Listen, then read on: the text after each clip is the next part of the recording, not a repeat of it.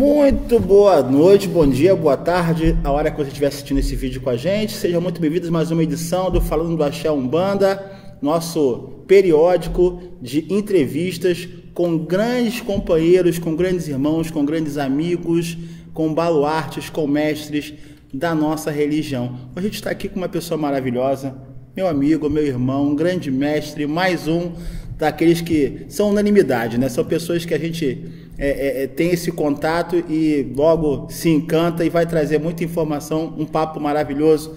Pai Mauro Simões, a sua bênção. Tudo bem? Sua bênção dos seus orixás. Abençoe. Uma boa tarde, boa noite, bom dia para todos.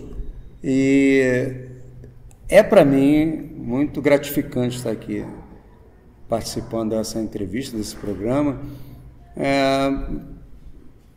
Por imaginar que você faz uma militância, né? Para quem me conhece, eu já estou nisso já há um bom tempo, mas, como te falei lá no Umbanda Rio, já um pouco cansado, e ver jovens assim, dando essa continuidade, tendo um programa como esse, que eu espero que não perca nunca de vista a visibilidade das pessoas. É um prazer para mim estar aqui. Muito obrigado. O Grupo de Estudos Braulio Goffman, que é quem centraliza essas ações, quem promove essas ações, abriu um espaço para a Umbanda, né? Sim. Abriu um espaço para a nossa religião, e a gente está trazendo aqui as pessoas que a gente admira, que a gente gosta, que a gente admira o trabalho. E para começar o nosso papo, que é um papo super descontraído, super informal, eu queria saber, quando é que começa a história do Pai Mauro Simões dentro da religião de Umbanda? Vamos voltar lá em 1900 e... Como é que foi isso? Bom, é uma história assim, como toda história, ela tem um princípio, né? Eu espero que eu esteja no meio bem ainda na ponta, e depois terá um fim, né? E esse fim é o legado de todos nós, é o que importa no final da vida de todos nós, é o legado que deixamos. Sim. Eu digo assim, que dentro daquilo que eu já vivi na Umbanda, eu, entre aspas, tenho missão cumprida, né, pelas coisas que nós conseguimos alcançar. Estava conversando com a Mãe Maria em off, ela também com os seus legados, e a gente todos nós passamos por histórias, né? A minha história, ela é paradoxal, é uma história complexa até de se contar. Eu vou tentar até simplificar o máximo, né? Primeiro, vamos lá. Hoje eu sou um zelador de Umbanda, mas você imagina um zelador de Umbanda que foi agnóstico? Nossa, jura? Pois é, não cheguei a ser um ateu, né, um ateu convicto, porque eu acreditava numa força que gerava isso, mas muito jovem ainda, né? Mas eu era um agnóstico, eu acreditava numa força, mas não acreditava em religião nenhuma. Eu achava que, principalmente a Umbanda, por vários aspectos, eu achava que era hipnótico, que aquele transe mediúnico era uma questão da cadência do atabaque ou da palma da mão, e aquela era uma autossugestão que a pessoa tinha, e na verdade aquela manifestação não tinha nada de espiritual. Pois bem, essa é a minha origem básica, né, de um agnóstico a um sacerdote de Umbanda. Mas entre uma ponta e outra existe histórias e histórias. Uma que eu gosto de contar dentro do contexto é que eu era adolescente, tinha 14 anos, minha avó sempre foi do Caminheiro da Verdade, desde jovem, do tempo do Comendador Carneiro, e o sonho dela se concretizou, que ela queria morrer dentro do terreiro, digo, entre aspas, né? Vestindo roupa, continuar assim, ficar doente, e ela morreu... Né? Ativa, isso, melhor dizendo, ela morreu ativa no Caminheiro da Verdade, com 46 anos de Caminheiro da Verdade. Nossa, que lindo. De Caminheiro da Verdade, Caboclo Pena Verde. E esse Caboclo Pena Verde, ele tem um fato curioso dentro dessa minha história, que aos 14 anos de idade, um primo meu que já é desencarnado, nós éramos mais irmãos do que os meus próprios irmãos, né? Nós tínhamos uma união assim, difícil de entender. Nós éramos bagunceiros, amigos, enfim, éramos todos juntos. Ele é 5 anos mais velho que eu, mas seguíamos assim. Ele Já vestia roupa branca no caminheiro também, por intuição da minha avó, por seguir minha avó, como ele foi criado pela minha avó. E eu, no entanto, eu criticava muito isso. Ainda que eu, quando era criança, eu brincava no caminheiro. Na verdade, que eu sempre digo que criança adora brincar de índio dentro do terreiro, brincar com os pretos velhos, adora brincar de preto velho, de índio, né?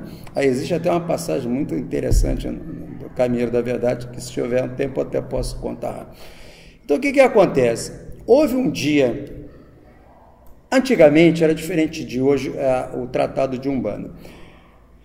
Era muito comum que um guia de uma família, que estivesse numa família, como no caso da minha avó, que já era muitos anos com o Caboclo Pena Verde, eventualmente tinha uma reunião familiar e o caboclo vinha e dava passe, fazia limpeza, dava uma consulta, fazia uma orientação. Tipo como se fosse um evangelho no lar. Exatamente. Sim. Era muito comum isso.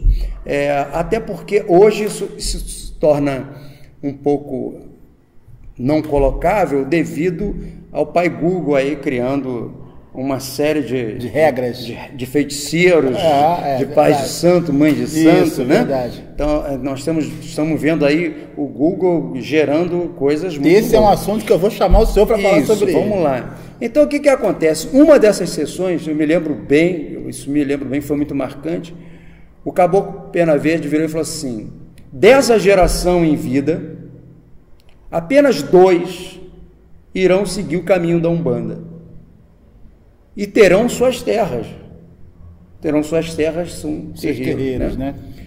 E aí eu respeitava a minha avó. Eu dava minha avó. Aí eu falei para o meu primo assim no cantinho, falei assim, Toninho, você é um. É um deles. Eu te garanto que eu não sou.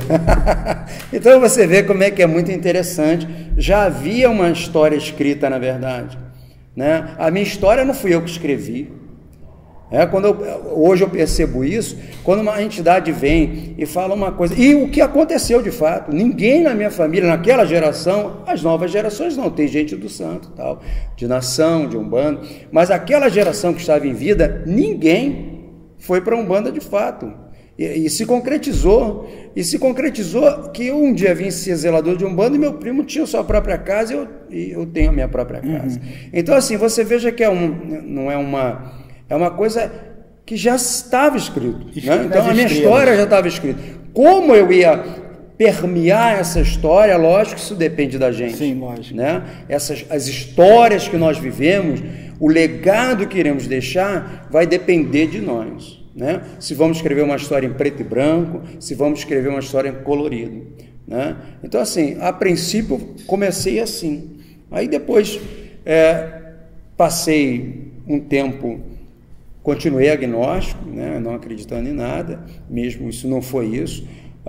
No terreiro do meu primo eu respeitava muito, eu chegava, meu primo fazia o terreiro dele nos fundos, a casa dele era na frente, como eu visitava muito eles, às vezes eu chegava lá, a esposa dele não participava, aí eu chegava lá, Rita, ele tá lá com o preto velho lá, tá com o negócio lá? Tá com o negócio lá.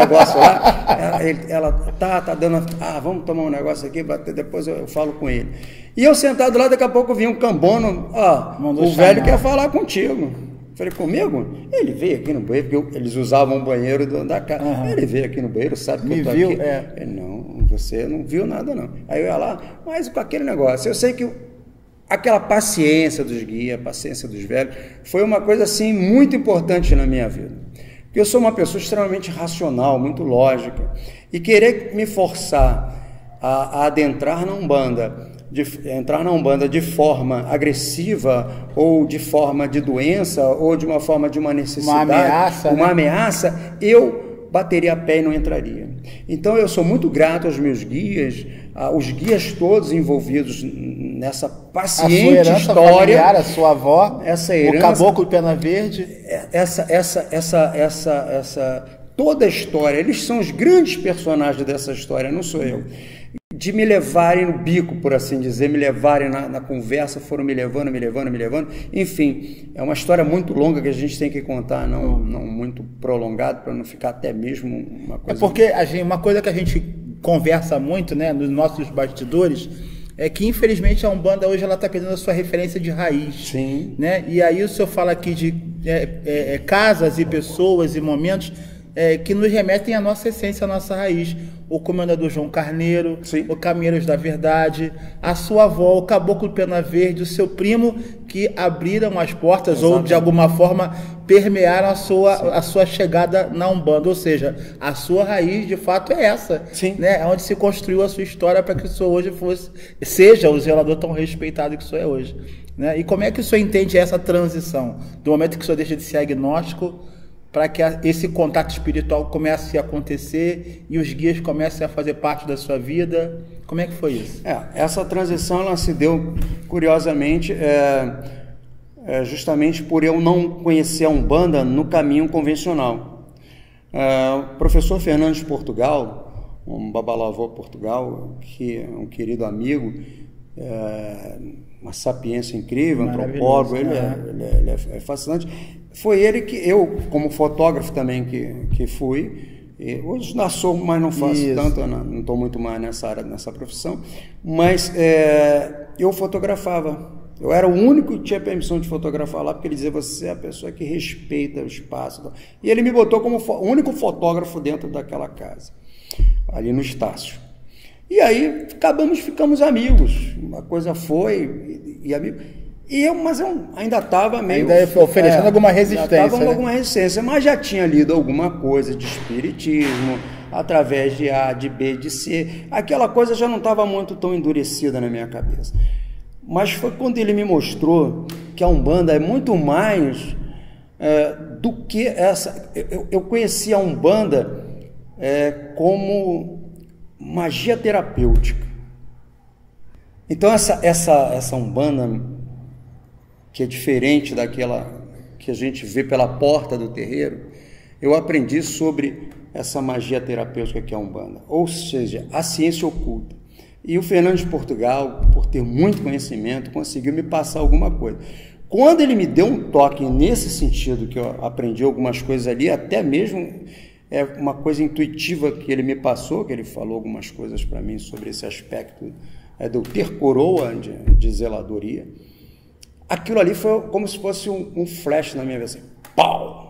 Aquilo deu uma coisa incrível, assim, é como se eu tivesse saído de um transe de teimosia ou da minha própria concepção, de uma lógica também muito dura, e eu quebrei, né? Foi a primeira vez que eu quebrei a formatação. Outra coisa importante na sua trajetória é que o senhor foi buscar também referências de cultura, de conhecimento, de informação, foi buscar uma base muito alicerçada, com uma pessoa que é um antropólogo conhecidíssimo, com uma bagagem espiritual e com muitas publicações, né? Mais uma vez, eu sou agradecido ao mundo espiritual por ter colocado Portugal na minha vida. E dali foi. Ali, pai Alex, ali foi uma explosão, e aí eu comecei a buscar conhecimento numa época que não tinha internet, não tinha esse negócio de internet e tal, uma época de buscar mesmo. Literatura, você sabe, somos muito deficitários. Muita coisa. Em literatura, até hoje, nós temos muita cópia, né? Nós temos muito a copiar e colar, mas literatura mesmo, que venha para trazer uma coisa realmente, é muito difícil. Então, ali foi... Enfim, nós não ficarmos aqui seria muito prolongado. Então, dali foi-se. Até que eu encontrei a Tenda Espírita Mirim. Foi lá em Realengo, eu encontrei a Tenda Espírita Mirim no meado da década de 80. Conheci a Tenda Espírita Mirim, tive uma excelente impressão. A sensação que outra história que é fascinante, assim, quando eu cheguei no terreiro, eu fui com uma menina. Cheguei no terreiro, assim, na porta, eu falei assim, nossa, parece que eu já vim aqui, aquele déjà vu. Eu falei assim, tem um banheiro no final desse corredor e tem um banheiro no final desse outro corredor, não tem? Ela tem. Ela falou, como é que você já tive aqui? Já tive aqui. Né? Então, assim, com certeza eu já tinha tido ali. E foi sensacional a minha entrada ali. Passei um tempo, mas acabei não ficando, porque ainda estava meio coisa, saí. Passei um tempo fora, fiquei um tempo no meu primo, aí eu ingressei no meu primo para auxiliar. Fiquei um tempo no meu primo como auxiliar, auxiliando meu primo. Aprendi também muito com meu primo, né? Aprendi muito com o caboclo. Sete Flechas, foi um caboclo também que foi muito importante na minha vida. E depois voltei para Tenda Mirim já nos anos 90, né? Nos anos 90, já no finalzinho dos anos 80, conheci o Marcos Valério, já virada, se não me engano, agora não me falha a memória, se foi 89, 90, alguma coisa assim, conheci o Marcos Valério, que fazia o jornal Umbanda Hoje. E eu me apaixonei pela militância do Marcos Valério. E foi ele que me picou com essa coisa da militância. E nós começamos a ir atrás de um monte de coisas. Um dos primeiros veículos de comunicação oficial. Nossa, e o Marcos Valério, ele era uma pessoa íntegra no sentido de que ele não se corrompia por questões financeiras. Ele praticamente bancava o jornal do bolso dele. Né? Um advogado competente e dedicado a isso. E tivemos várias passagens maravilhosas, mas uma que mais me marcou foi entrevistar Dona Zélia e Dona Zilmeia, lá na Boca do Mato, naquela mesa onde aquela família de Zélio todos viveram ali. Sentaram, e nós estávamos fazendo a entrevista com café forte, preto, comendo bolinho de chuva. Que delícia, né? Não, isso é memorável. Nossa, isso é uma das coisas que estão na minha memória como tal. E aí fui para a Tenda Mirim, né? Ingressei de fato, de verdade, e eu sempre busquei muito. E quando eu estava conversando com a Mãe Maria sobre isso, aqui em off ainda há pouco, que o tempo de um médium não é a quantidade de tempo, e sim a qualidade. A qualidade, a experiência, exatamente. A aprendizagem. Então, eu sempre digo isso para os meus filhos, não importa se você vai ter 2 anos, 3 anos, 5 anos, 10 anos, isso não importa. Importa é o que você veio de missionário. Qual é a sua missão? E eu, como já era missionário para ser um zelador, e nem sabia ainda, né? Nesse período eu não sabia, mas a minha graduação, que na Tenda Mirim tem uma graduação de 1º a 7º grau, a minha graduação foi meteórica na Tenda Mirim, né? Eu fui do 1º grau até o 6º grau numa velocidade quase recorde. Eu na época, era um dos 6º graus mais jovens da casa. E, na verdade, eu fui comandar a primeira filial, eu ainda era 6º grau. Né? Ainda era 6º grau, fui comandar a primeira filial, a qual tive a honra de participar. Tive muita honra de ser da Tenda Espírita Mirim e aprendi muito. A escola de Caboclo Mirim é uma escola que ainda segue na minha casa, é a escola que é oriunda da nossa casa. Para quem não conhece, a escola de Caboclo Mirim foi fundada em 1924 pelo então Benjamin Gonçalves Figueiredo, né? Foi em 1924 e fundou a Tenda Espírita Mirim. Nós, lá no terreiro de Umbanda Escola da Vida, que é o não seguimos, que é o nosso terreiro lá, terreiro de Umbanda Escola da Vida, o querido Tueve, nós não seguimos a Tenda Espírita Mirim. Eu sempre digo isso, às vezes, você segue a Tenda Mirim? Não sigo a Tenda Espírita Mirim. Eles têm a organização deles, o modo deles. Nós seguimos a escola de Caboclo Mirim. A filosofia. A filosofia, os ensinamentos de Caboclo Mirim, né? Tanto que a nossa casa tem coisas que não tem na Tenda Espírita Mirim, a ritualística é diferente. E estou há 18 anos com a minha casa aberta, foram 11 anos em Bento Ribeiro, né? E agora era alugada a casa e a pessoa vendeu. Nós não tínhamos dinheiro para comprar, como sempre. Umbanda, nessas histórias todas você vai saber a mesma história dessa luta, né? De muita espiritualidade, de muita vitória espiritual, mas pouco dinheiro. Né? Aproveita, deixa o endereço para a gente não esquecer. Tempo de Umbanda, Escola da Vida. Um endereçozinho aqui. Terreiro de Umbanda Escola da Vida, no bairro de Sepitiba, na rua Francisco Alencar, 26. O meu telefone para contato, tem o zap inclusive, é 999-386-671. A gente vai repetir no final. Mas agora eu queria fazer uma pergunta que a gente faz para todos os nossos entrevistados, relativo às suas memórias, né? Essa história maravilhosa, toda essa trajetória que o senhor viveu, do que o senhor tem saudade? Qual é a saudade que a Umbanda deixou, que a gente hoje não observa mais, que se perdeu? Bom, o Mauro, né?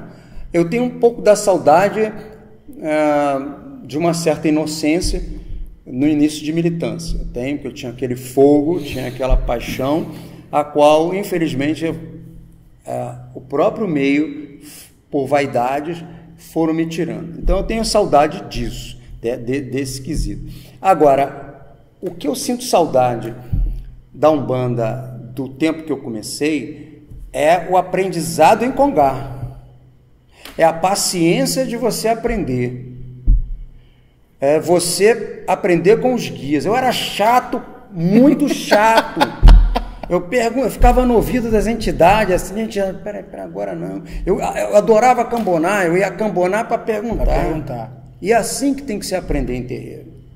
A garotada, não estou dizendo todos, não, e muitos culpados disso são muitos zeladores de terreiro, porque ou não sabem passar informação ou omitem informação como se fosse uma coisa propositalmente, preciso, né? Uma coisa que e o jovem, ele sente uma necessidade ele é ávido por informação, e essa informação está escapando da mão do terreiro e indo para a internet. Hoje a informação está automática, né? A informática. E você vê programas como esse são muito importantes. Você sabe que eu tive, não tem um programinha na internet também, que até está paradinho, peço desculpa se alguém daqui... Vamos falar do programa, como é que é o canalzinho lá? Depois eu passo para você, deixa eu só concluir essa... Sim. Então, é muito importante esses meios de comunicação para que o jovem entendam que tudo tem um tempo, né? Como eu narrei a minha história aqui, se eu me precipitasse um pouco, a minha história eu não estaria aqui dessa forma. Talvez eu nem fosse evangélico, talvez eu fosse uma pessoa amargurada. Talvez eu fosse um evangélico, continuasse agnóstico, a minha vida fosse uma vida amargurada, quando na verdade eu sou uma pessoa realizada. Então, o que eu sinto falta dessa Umbanda é esse buscar conhecimento em Congá. Quando algumas pessoas dizem assim, mas eu tento buscar conhecimento. Não, se você tentar, eu tenho certeza que seu zelador, sua zeladora, são de fatos vinculados na lei de Umbanda. Eles forem sabatinados, forem perguntados com respeito, e você respeitar o tempo certo, eu tenho certeza absoluta que eles vão te dar uma informação. Não há zelador, não há zeladora nesse mundo, nesse Brasil, onde tem Umbanda, que não queira passar informação. O que se precisa entender, meu jovem querido, minha jovem querida, é que nem sempre aquela informação é para você naquele momento. Não adianta você querer uma informação de uma equação de segundo grau se você ainda está no jardim de infância. Não aprendeu a somar, subtrair, dividir. Você não sabe, não vai saber o que fazer com aquela informação. Então tenha paciência. Então a minha saudade é essa. Inclusive é uma unanimidade. Todos os dirigentes que passaram por aqui, né? Pai Guararema, Pai Gregório, todos eles comentaram a mesma coisa. Infelizmente a influência da tecnologia não trazendo os devidos resultados para a Umbanda, né? Os resultados não têm sido satisfatórios, e obviamente que muito dessa tecnologia poderia nos favorecer se soubéssemos utilizar da forma correta. Sim. Mas infelizmente as pessoas fazendo cursos online, Umbanda EAD, e aí como é que eu vou ensinar o que é uma folha se a pessoa não sente a textura da folha, o cheiro não da folha, sente da não né? tem, a própria energia que a folha te passa, né? Eu acho até que eu sou muito internauta nesse sentido. Eu acho que tem que ter sim informações e programas como esse aqui. Porque se deixar pela loucura que tem, gente, às vezes eu criei o meu programa, o programa se chama Falando de Umbanda por Mauro Simões. Por que Mauro Simões? Porque o bobinho aqui, ele achou que ia botar o nome Falando de Umbanda, não ia ter mais nome nenhum falando de Umbanda. Deve ter uns trocentos falando de Umbanda. E aí eu falei assim, eu tenho que particularizar isso. Então, botei Falando de Umbanda por Mauro Simões. Não é nenhuma pretensão, é só para identificação. Eu criei esse canal justamente com o único intuito. Lá não tem receitinha, não tem como fazer a sua macumbinha, não tem como fazer seu congazinho, nada disso. Lá não tem receituário, nada disso. É um monólogo que às vezes é até um pouco chato mesmo, porque não tem como conversar, como no nosso caso aqui, é diretamente para a câmera. Mas eu procuro fazer uma desmistificação de algumas loucuras que eu tenho visto na internet. Infelizmente, né? Não, são loucuras. Infelizmente. São loucuras. Eu não cito canais aqui para não criar polêmicas maiores. Você sabe que eu sou muito polêmico. Então não quero criar polêmica no seu programa. Mas é só dar uma vasculhada. A gente vê coisas louquésimas na internet. Então eu criei esse canal para tentar desmistificar isso. Uma das, por exemplo, só um exemplo de loucura rápida de internet, é o cara falando, tentando mais ou menos, ensinando como prender o Exu da pessoa no terreiro.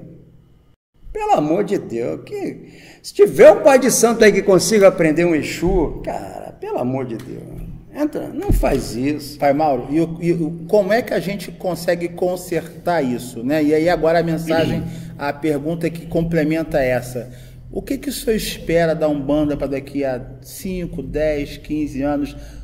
Qual é o panorama que a Umbanda hoje traz, que escreve a Umbanda do futuro? O que a Umbanda do futuro nos aguarda? É esse espaço de informatização da Umbanda ou um despertar? Porque o que a gente faz aqui com esse programa é justamente tentar trazer as pessoas para uma essência, para uma Sim. raiz. Então a gente vai buscar pessoas que traduzem essa essência. Então, será que essa informatização ela se conclui, ou a gente talvez consiga mostrar para as pessoas que existe uma história? Qual o caminho? É muito difícil a gente mensurar um futuro, né? Até mesmo porque nós temos que entender o seguinte: a Umbanda não precisa de futuro, ela já tem toda a sua dimensão pronta, né? O que precisa são os umbandistas. A Umbanda em si, as pessoas confundem, precisamos evoluir a Umbanda, precisamos fazer isso para a Umbanda. Não precisa, a Umbanda é pronta, a Umbanda é pronta. A Umbanda tem tudo. Maravilhoso essa observação, maravilhosa.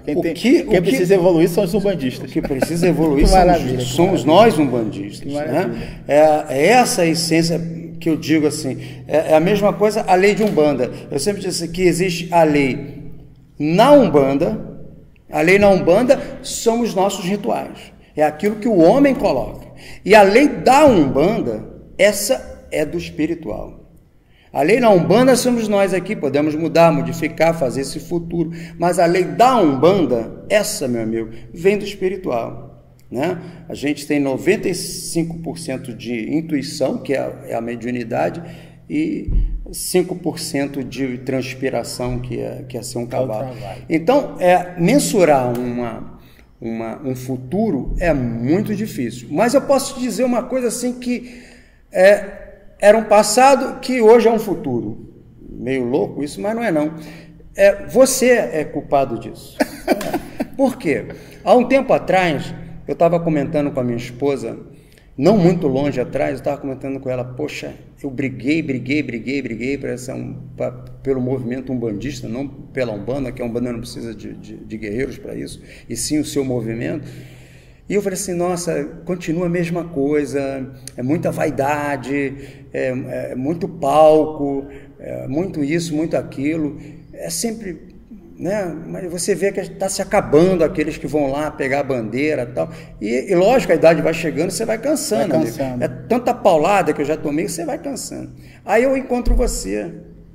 Aí eu encontro Luiz Fernando, eu encontro mais não sei quem, e eu vejo que, na verdade, eu estava equivocado. Graças a Deus eu estava errado. Porque o futuro está presente. O futuro são vocês. O futuro está com vocês. Sabe aquela corrida de bastão? Eu cansei, cara, sabe? Mas tem quem pegou e eu nem vi. Pegaram o meu bastão e eu nem vi. A gente continua tentando. Sabe? Então, assim, eu acho que o futuro é isso. O que te fez chegar? Se você me pergunta assim, Mauro, o que te fez entrar na militar pelo benefício do movimento umbandista? Não sei te dizer. E eu tenho certeza, se eu te fizer essa pergunta, você também não sabe. Porque a gente não ganha. Aconteceu nada. Financeiramente, fama, nada disso. A gente não ganha nada disso. Provavelmente 90% das pessoas que eu estou falando aqui nem me conhecem. Né? Porque trabalho de militante, para quem não sabe, é nos bastidores. Né? Você está presente em vários lugares que você não vê um bandista. Em festa você vê, mas desagravo, caminhadas, então você vê sempre aquela mesma meia dúzia. Então, assim, o que eu errei no passado era o futuro que hoje eu continuo achando que tem sim um grande futuro. Bacana. Você, por exemplo, Luiz Fernando, são outras pessoas que estão aí brigando, batalhando, fazendo um programa, essa turma que está aqui atrás, né, trabalhando, Jassanã, a esposa dele, Maria, fazendo edição. Cara, isso é cansativo, é cansativo, tudo isso para levar para vocês informação. Uma informação genuína, simples, assim, verdadeira, no tete-a-tete, sabe? Não é aquela informação pré-programada, não é pegar um livro, fazer uma colchinha de retalho para ficar bonitinho, sair bonitinho, não. Né? Eu estou aqui falando aberto. Eu perguntei assim, o que a gente... Em off eu perguntei, qual é o assunto? É um papo. Vamos bater um papo. Pai Mauro, estamos encerrando o nosso papo. Eu queria, assim, para a gente encerrar, fazer o seguinte, pedir para o senhor... cantar aquela cantiga, mas não é aquela cantiga, não, aquela cantiga que lhe emociona muito, aquela que lhe deixa assim, aquela que traz aquela lembrança maravilhosa e que lhe emociona muito. Me traz uma lembrança, eu vou até cantar uma curimba pequenininha, que foi feita por mim mesmo, num momento, quando nós encerramos os trabalhos em Bento Ribeiro, e nós estávamos procurando um outro local e não conseguíamos, porque o dinheiro não era suficiente para nós comprarmos a casa. E depois de 11 anos, você ali brigando, você batalhando, né? Você constrói toda uma vida ali dentro, né? Você coloca parte da tua vida ali dentro. E aí quando você desmonta tudo aquilo, e foi quando eu fui tirar as últimas imagens de Oxalá, Oxóssi de Iemanjá, e já não tinha mais nada dentro da casa, e aquilo me doeu muito. E aí eu olhei para Oxalá assim, eu falei, bom, se é o fim, deixa eu agradecer. E aí a curimba mas se eu consigo cantar, aí eu cantei mais ou menos assim: obrigado, Umbanda, obrigado, obrigado, Umbanda, obrigado, obrigado pelo abrigo, obrigado pela paz, obrigado pelo caminho, obrigado por tudo mais. Obrigado, Umbanda, obrigado, obrigado, Umbanda, obrigado, obrigado pelo caminho, obrigado pela paz, obrigado pelo abrigo, obrigado por tudo mais. E essa foi a curimba que, assim, até hoje nós não cantamos no sentido, mas que me marcou muito. Porque quando eu acabei de cantar essa curimba, veio uma voz assim: mas alguém falou em despedida? Desabrigar? Alguém falou em acabar?